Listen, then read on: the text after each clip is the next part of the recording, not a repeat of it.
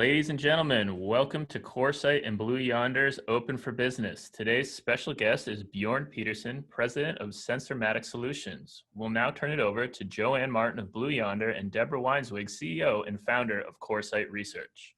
Morning, everybody, and welcome to Open for Business. We're really excited to be here with my co-host, Deborah Weinswig, who is the founder of Coresight Research. My background, I'm from Blue Yonder. I'm the Vice President of Industry Strategy for Retail and really excited to be here. For those of you who don't know who Blue Yonder is, we're an end-to-end supply chain platform company that was formerly known as JDA. Because we are a global company that works with customers spanning manufacturing and retail, we have the benefit of learning from our customers and understanding their supply chain disruptions throughout this time of COVID. Some of the most prevalent themes emerging going into the recovery stage has been supply chain resilience and disruption within the retail and manufacturing industry, coupled with the acceleration of the technology curve, leveraging AI and ML for forecasting. Bjoern, I'm going to allow you to introduce yourself. Sure. I'm Bjoern Petersen. I'm the president of Sensormatic Solutions. You might not know who Sensormatic Solutions is. We are a technology company that is 100% focused on the retail industry.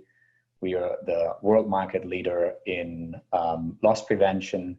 We're the world market leader in customer conversion and traffic, and we're leading the industry in item level inventory accuracy, and through that influence both the working capital position of a retailer as well as their execution capabilities when it comes to omnichannel. That's great. Thank you so much. And we're really excited to have you here. Maybe we could start off by talking a little bit about how has the COVID crisis impacted Sensormatic during this time. I know that you both service retailers, and so you have insight into how customers are responding, but how has your company responded and what impacts have you seen?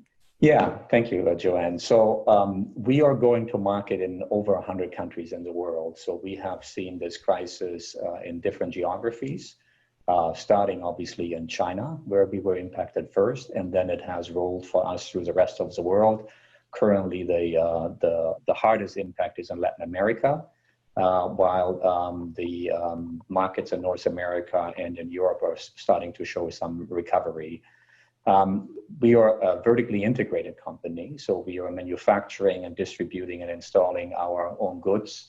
And because of that, we had, given that you are a supply chain expert, we had some issues with the supply chain early on in the crisis. In our case, it is not consumer goods, it is electronic components that we are sourcing and as raw materials. But we ran into supply issues on about 650 components pretty quickly in the crisis. We had to diversify our sourcing capabilities and our supplier base. We then ran into issues like many of you on transport and shipping routes. So we needed to reroute goods to get them in time to market.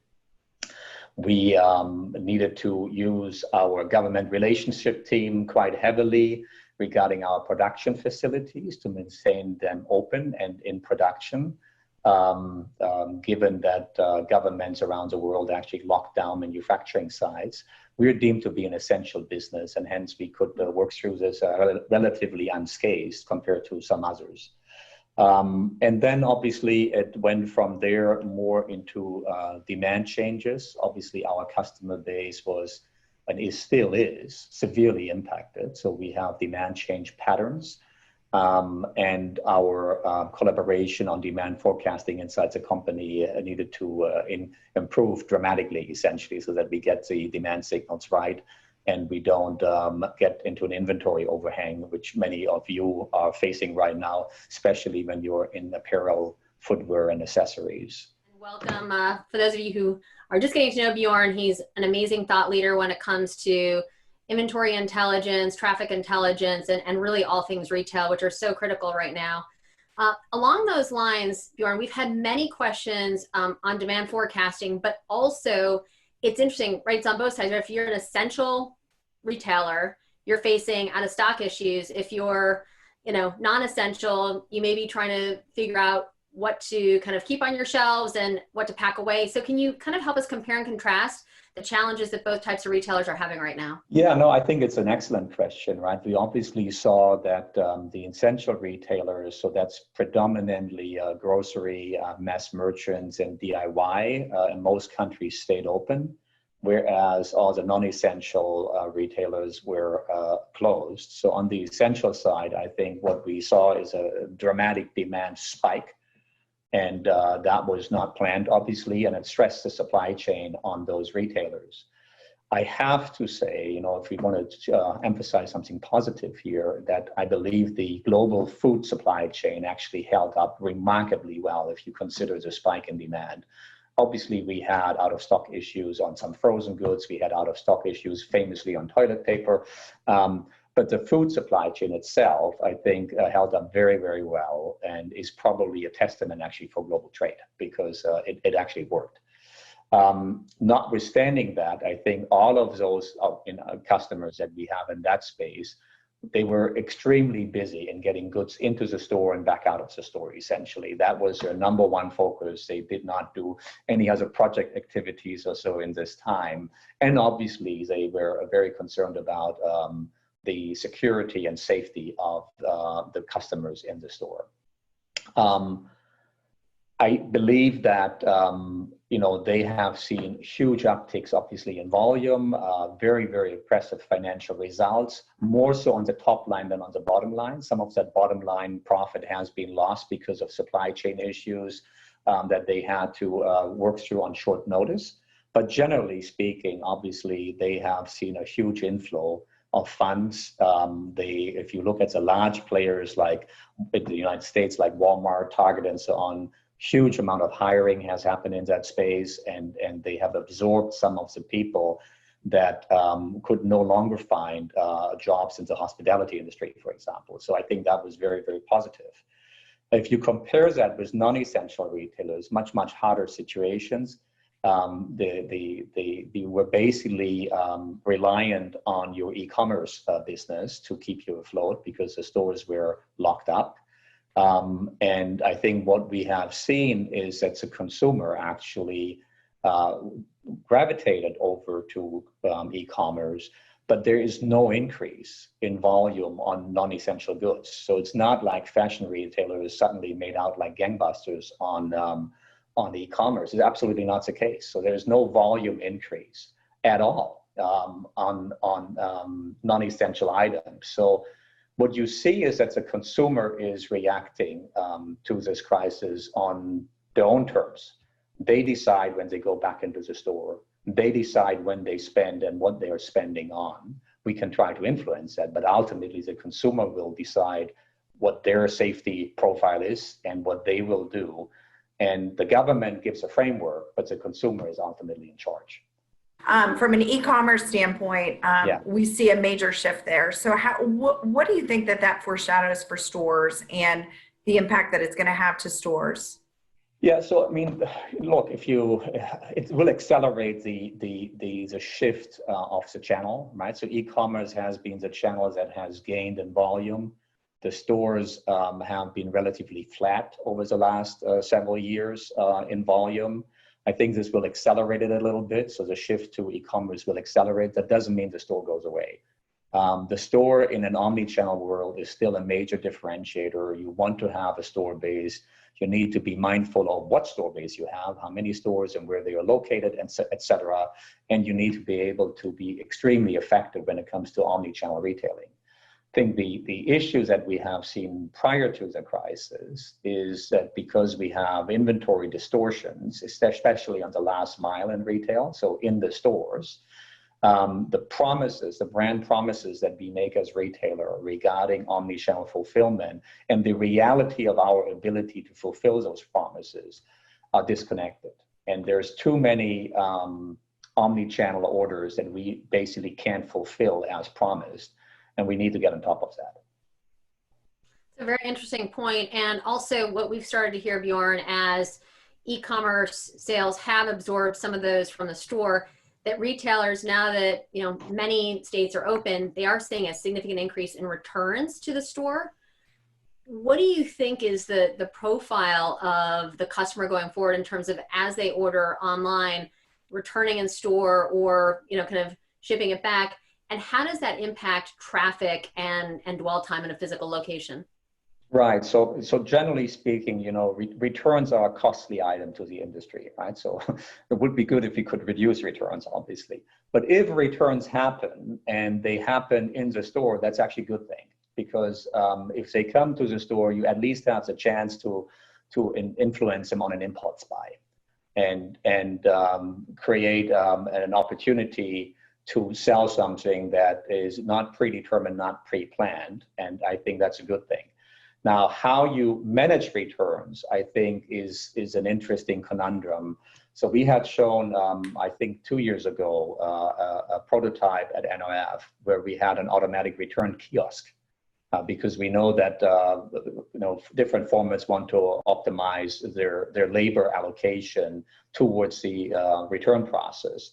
So that was an interesting concept, and had created a lot of noise on the show floor, but ultimately not to execution in real life, which was kind of interesting, right? So, but there's really I think there will be a trend to more automate the return process if possible. But having the consumer in the store is not a bad thing for a return. I think that's actually a good thing, because it gets traffic back up, and you have the chance for the impulse sale. So when you look at returns have the impact of impacting your on-hand inventory and your accuracy associated with it, but so does shrink. Yeah. What trends are you seeing on that front, and how are you seeing retailers combat the challenges that they're seeing in inventory accuracy? Yeah, so that's a rich question, because you pinked on 3 or 4 different topics here. So on the return side, yes. So if you receive goods back into the store and you don't have item level inventory capabilities, then you actually get to more distortions because you don't know where your merchandise is, right? So I'm going to make a commercial here for RFID technology, because that's essentially the most effective and cost-effective way you can get that under control. Sorry, what was it? You had returns in there. What else did you have in there? Inventory accuracy in general, and shrink. Yeah. So shrink is a completely well. There's return shrink as well, by the way. So there's fascinating fraud scenarios around returns, but I won't go into those. But if we leave that aside for a moment, so there's an overlap. Shrink is really an issue that has surprised me actually prior to COVID, I have to tell you. So because when you looked at the world economy, especially the United States, we kind of had a situation where all ships were rising, the water level was rising globally, with the exception of a few countries like Argentina, Russia, etc. But generally speaking, we had expanding GDPs everywhere. We had expanding employment everywhere. We had expanding consumer confidence and available discretionary income. So we were in a really good spot as a world economy, with the United States being in an exceptionally good spot with super low unemployment. And when I looked at the shrink patterns at that time, it was actually hard to comprehend how much shrink we had at that time, where the economy was booming. And it was predominantly driven by organized crime, which is extremely hard to combat. I think what we are having now is an extremely different scenario. The organized crime hasn't gone away, so they are trying to figure out how to take advantage of this crisis.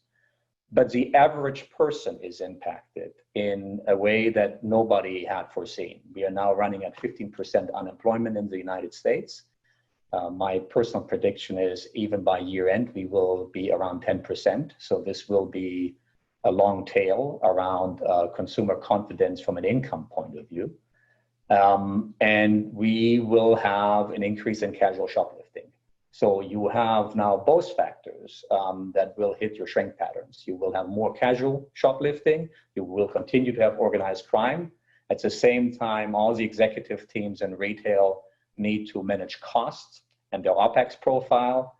And what we have seen over the last year is a shrinking of the loss prevention departments inside the retail organization. So you have less manpower that you can distribute across your store base and deal with these issues, which means you need to have better information.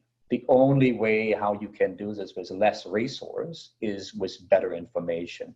You need to get to an information denser footprint of what's happening in your store. So I think where the industry needs to go is to become truly a precision industry, which means we need a digital twin of the store that gives us that information so that we can have a real-time impact on what's happening in the store instead of a weeks later post-analysis situation. Bjoern, you bring up some very interesting points. And so on the RFID side, as an analyst, I've always been surprised that we haven't seen more retailers have this at the kind of top of their to-do list. Yeah. And then secondly, during this crisis, as more retailers have been filling out of stores or we have more dark stores, how do we think about kind of inventory availability and accuracy? And how does RFID help us with that? Yeah, so I mean, when it comes to item level inventory accuracy, RFID is the most available and cost-effective technology out there. You can try to solve it differently, but I haven't seen a more cost-effective way. So that's statement number one. Statement number two is I think the crisis has highlighted that people who have the capabilities have fared better. If you take an example like Lululemon, mind you, they were blessed with a perfect merchandise mix for this crisis, and they obviously have a great brand name, right? So I give them that for sure, and that is differentiating them. But they have corporate-wide RFID capabilities as well. And when the stores went dark, they could send in their own employees and sell out of the stores through e-commerce and actually manage their inventory, which other retailers could not do. So I think the crisis actually highlighted that even in this crisis situation, you're better off if you have the capability. What I observe is that when it comes to the decision making around this, is that people who work in the store, so store managers and the associates working for the store managers, they get it. They would want to have it yesterday. They see the benefits. They can't wait for it to arrive. I think the struggle is at the executive level. The executive teams obviously need to balance all kinds of investment needs that are hitting them from all fronts of their corporation. And they need to prioritize. That's a very, very hard task to go through. And when it comes to RFID, there are a lot of old stories that are still hanging around, back from the Walmart days when they started with a pallet example, which are so outdated that they're not relevant anymore, but they're still out there.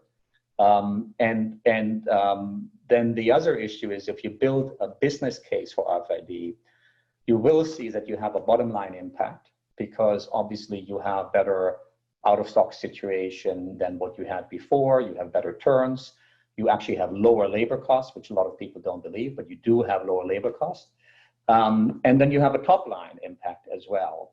And I think a lot of people struggle with how they balance that in their business case, especially on the top line, because the top line can be influenced by so many things, because you will run promos throughout the year. They will be different than what you did the year before, et cetera, et cetera. So is it really RFID or not? And I think that's where the struggle is.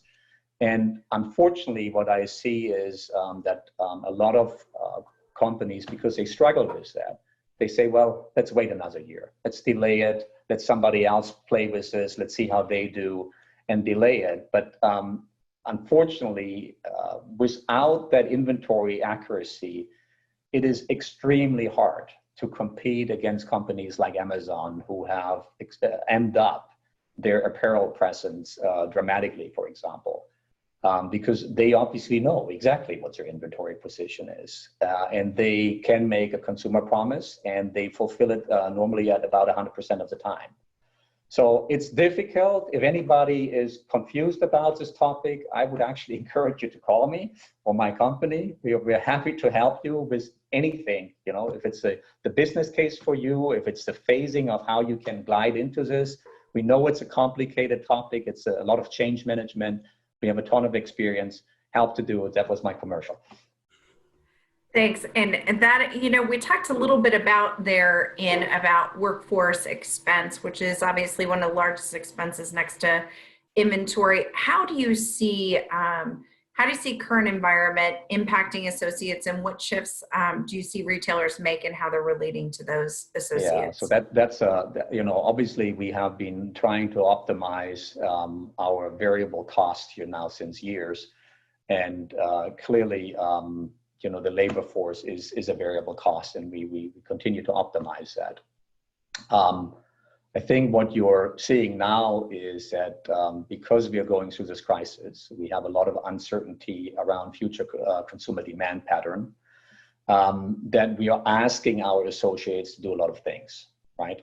We're asking a lot of our associates. They all have their personal worries. They have more childcare at home. They have more elderly care.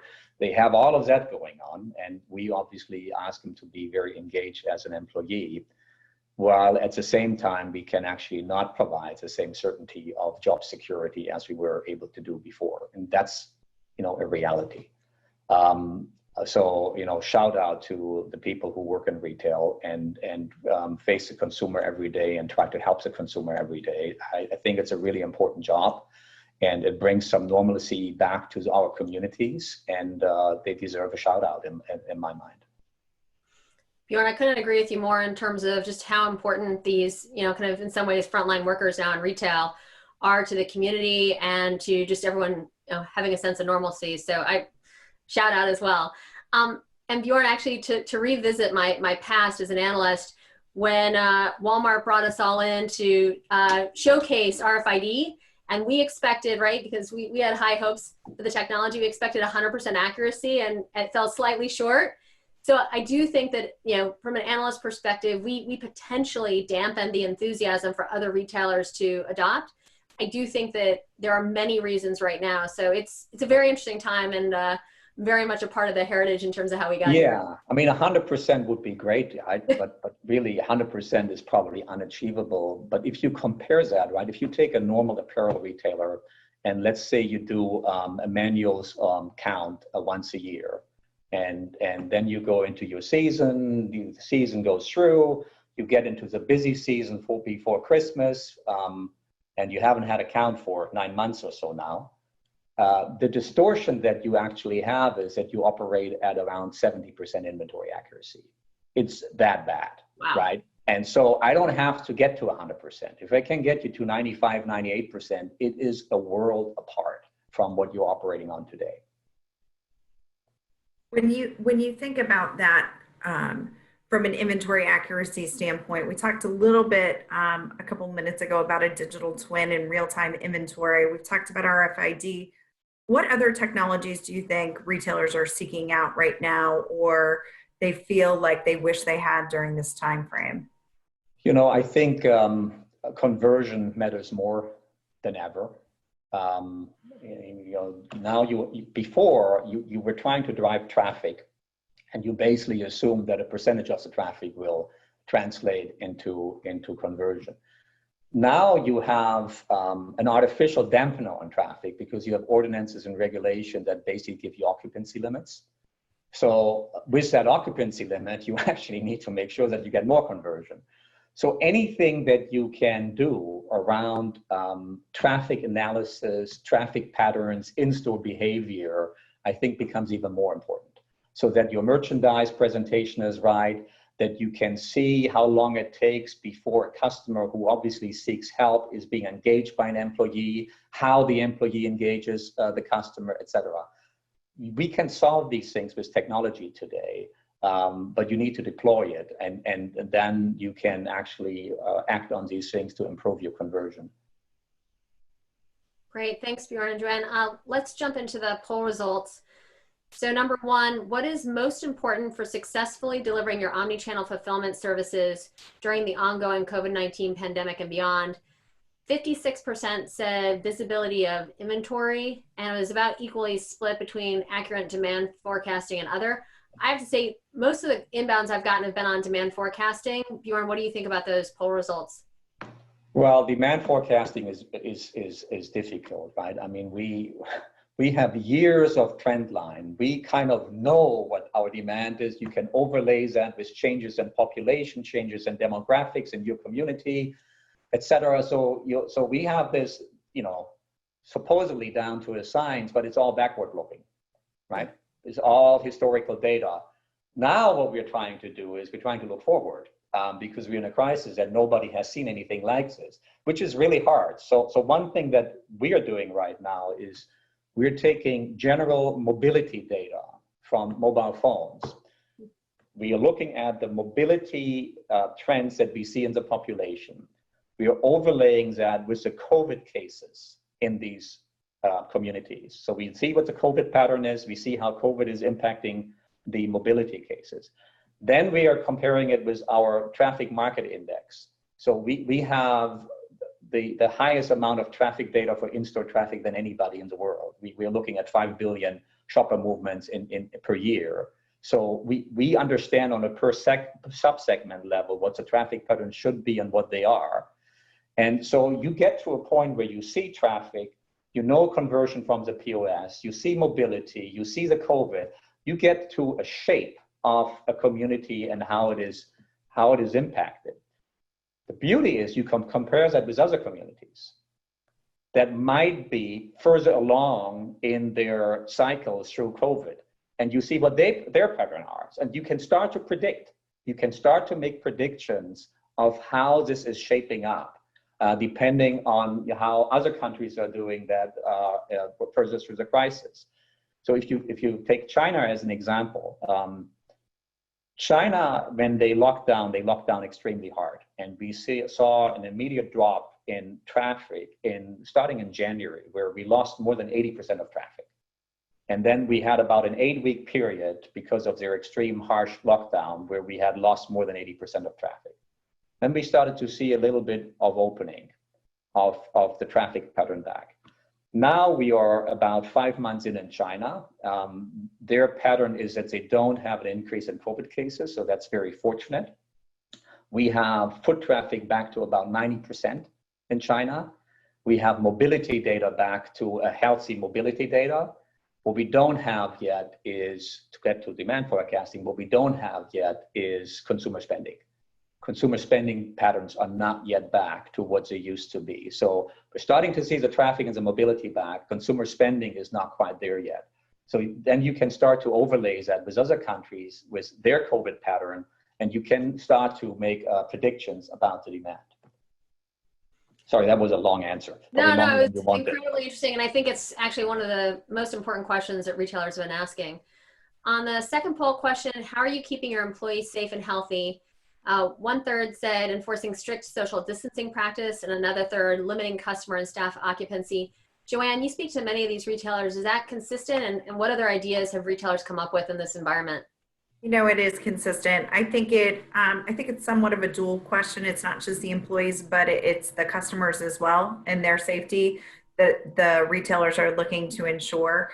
But definitely you're seeing one way down aisles, and you're seeing a lot of really rigid practices put in place. A lot of apparel retailers are requiring masks to be worn for the protection of their employees as well as other customers within the stores.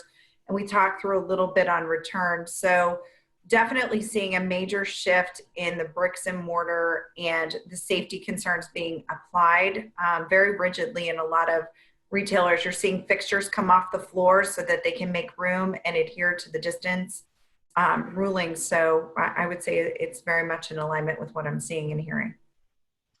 What I'm seeing as well, to add on to this, JoAnn, is, you know, even so you didn't get a percentage here from the surveys on the thermal cameras. So you know, in our case, we do mandatory employee health checks at the entrances of our factories since February.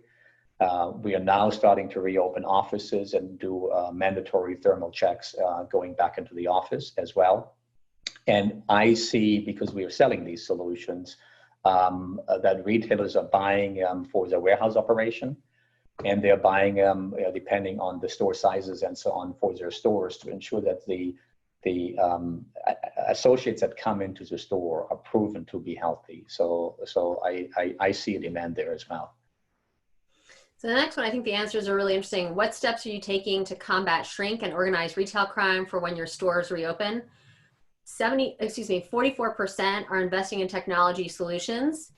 but 19% are not doing anything, which doesn't seem like the right thing to do. Bjoern, what kind of advice can you give to people? Yeah, so this is obviously difficult, right? Because you reopen up, there's a lot of pressure on the financials. You will not have more staff. My advice would be, if you are not having a rigorous tagging strategy because of the very real risk that casual shoplifting will increase substantially, you need to tag items. And you can do this through source tagging, or you can do in-store tagging. Even, the good old hard tag will probably see a revival, because it is a good mechanism to prevent casual shoplifting. Won't help you much with organized crime, but it will help you prevent casual shoplifting. So I would do these simple things, right? Like tagging, making sure that your exit systems are operational, and to the degree that you have loss prevention officers available, make sure that you have the information backbone behind these hardware solutions, that you can point them to the hotspots at the right time. Because if you have the backbone, if you have the IT backbone behind it, you know at which doors, at what time, and which day in the week, and which store you have a peek and shrink, and you can deal with that, right? So that would be my advice. And then the last poll question I also think is very interesting. Rank the following in-store retail processes in order of importance for the successful reopening of your store. It was completely even between inventory visibility, occupancy, social distance tracking, and contactless checkout.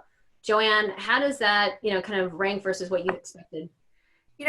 I'm a little surprised by this. Inventory visibility is one of the things that we're hearing the most about, and most of it goes back to what Bjoern was speaking about before, about inventory accuracy, especially as it comes to fulfilling the customer demand for online orders. So as we see that huge pivot to online, having inventory visibility and being able to service the customers has become one of the biggest conversations we're having today. It's predicting the demand to fulfill it, but it's also, where is that inventory throughout my network to be able to supplement the customer's needs. So though the others I would by no means minimize in importance, and definitely are focal points, I think understanding where your inventory is for a lot of retailers seems to be the more prevalent conversation that we're hearing about.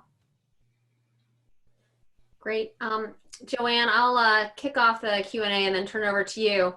How will, so Bjoern, this is from our audience, how will apparel sizing or fit customization affect the industry going forward? That's a good one. So I do believe that we are, generally speaking, moving to a market of one, right? So instead of having mass apparel available at a predetermined size, there's more and more solutions that are coming up where it's really custom tailored for the individual. I think that will increase. I do not believe that it is at a point where it is affordable for the masses at this point, and I don't think that for the volume purchases, it is irrelevant at this point. But we are driving towards that trend where people have their sneaker and their t-shirt. And especially in fashion items for the younger generations, where sneakers and t-shirts are factoring pretty high, people are willing to spend an amount of money that the older generation probably can't quite comprehend on those items, but they want to be differentiated. So I believe that is a real trend, and it will stay, and it will creep more and more into other categories. Thank you. The next question is, how do you think customer sentiment towards websites of regional players with offline stores in the post-COVID era may change? I believe that we all realize how important it is to have a healthy community.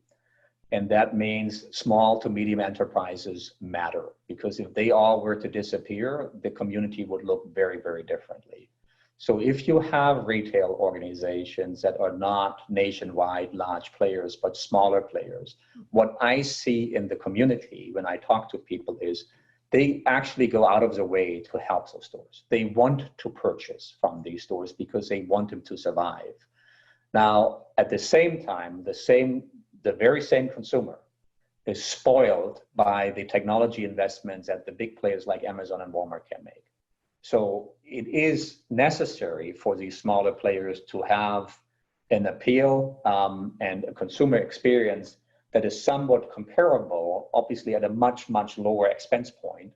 But if they can get that, I think the consumer will disproportionately try to support the small to medium enterprises, because we all understand how important they are for the future of our communities.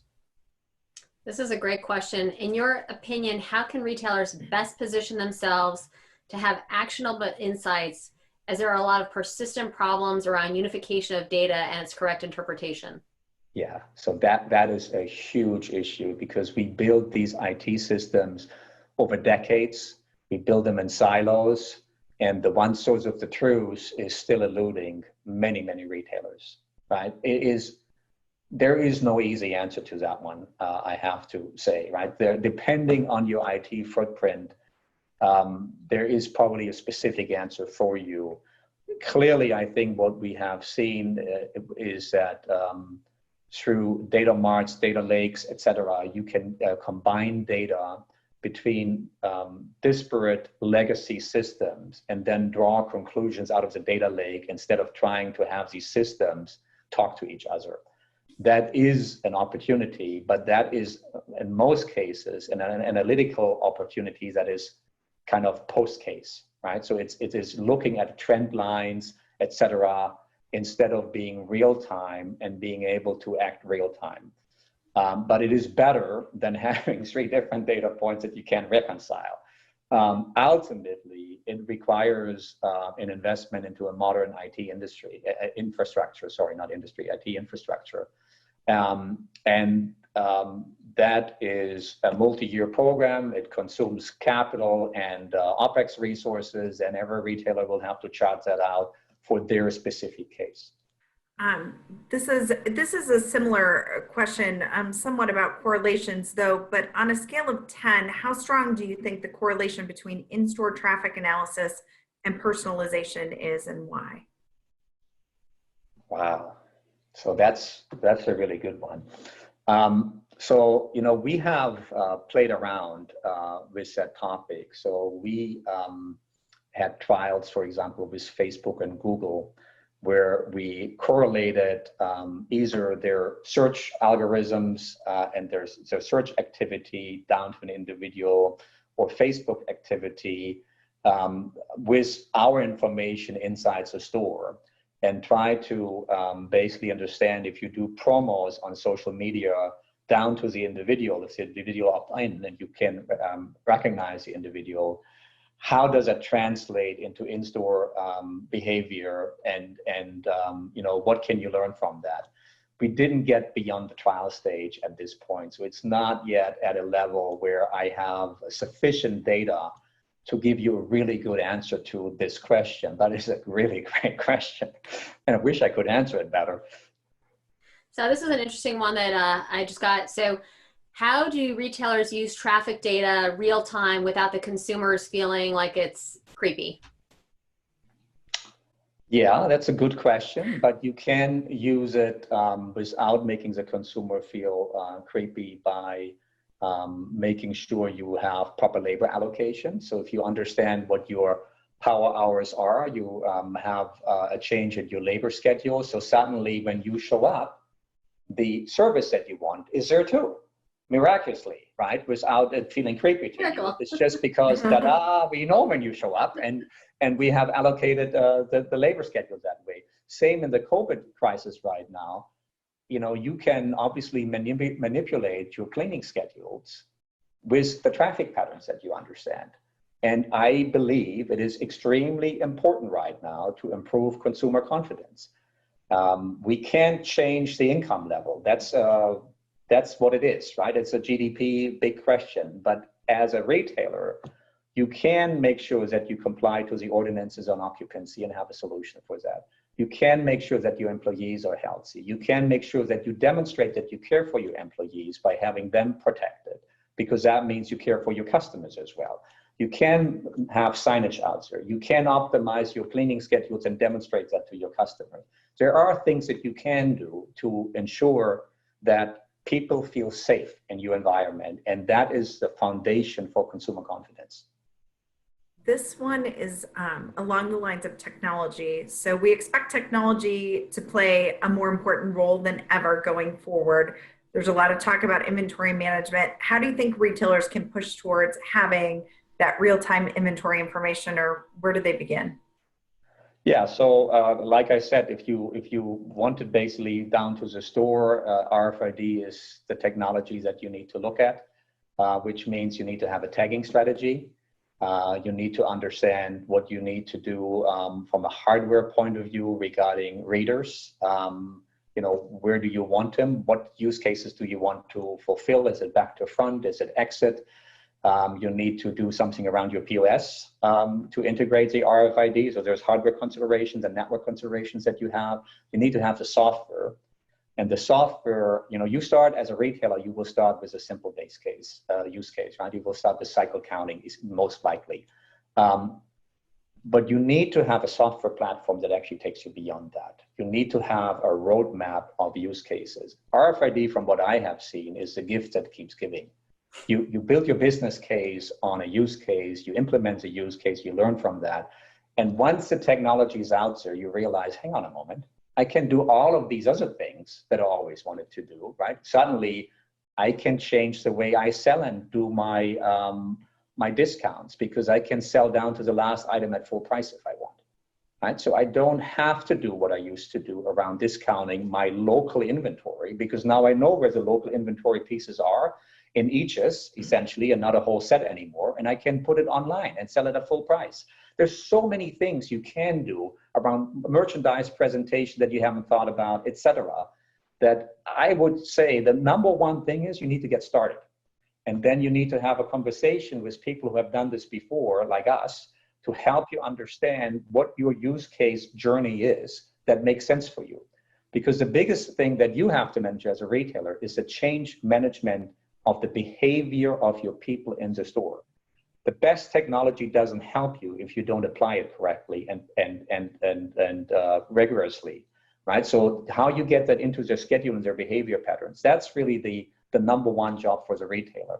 I can do most of the technology side, but the change management will be with the retailer. Great, well, we're right on time. Thank you so much, Bjoern.